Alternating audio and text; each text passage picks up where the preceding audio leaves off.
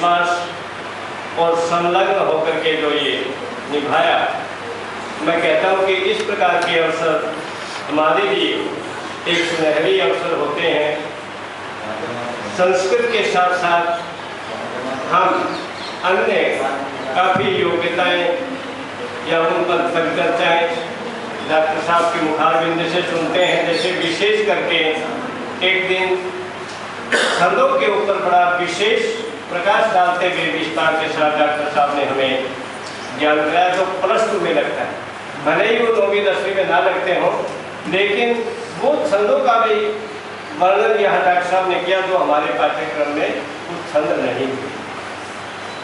क्योंकि शास्त्री में जब आप हम पढ़ते थे या BA पद्धति से जिन लोगों ने पढ़ा है, अब उसकी विस्मृति प्राय हमें हो चुकी है। क्योंकि +2 तक वो छंद, वो अलंकार सभी नहीं आते, केवल गिनती के 6 अलंकार और छंद हैं, उन्हीं में सिमट करके हम रह गए। वो छंद जब डॉक्टर साहब ने परसों करवाए, मैं कहता हूँ आनंद अनुभूति सभी को हो रही थी। इन 5 दिवसीय आयोजन के अंदर यदि हम सबसे यदि कोई जाने या जाने में यदि कोई चूक भी हुई है तो डॉक्टर साहब से हम यही कहेंगे कि आप भविष्य में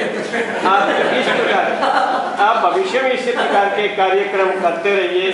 हम आपका अंतःकरण से सभी की ओर से मैं विश्वास दिलाता हूँ, आपका भरपूर सहयोग करेंगे और आपका इसी प्रकार हमें सहयोग अपेक्षित है। और गुरु जी का आशीर्वाद हम पाने के लिए हमेशा लालायित रहते हैं। इनके तो दर्शनों में ही वो लाभ है जो एक कहते हैं कि ईश्वर के दर्शनों में लाभ होता है। इस प्रकार के व्यक्तित्व ऐश्वर्य का दर्शन पुण्य से मिलता है। हम बड़े सौभाग्यशाली हैं। ये भी मैं कहता हूँ संभवतः है हम सबका एक बड़ा सौभाग्य है।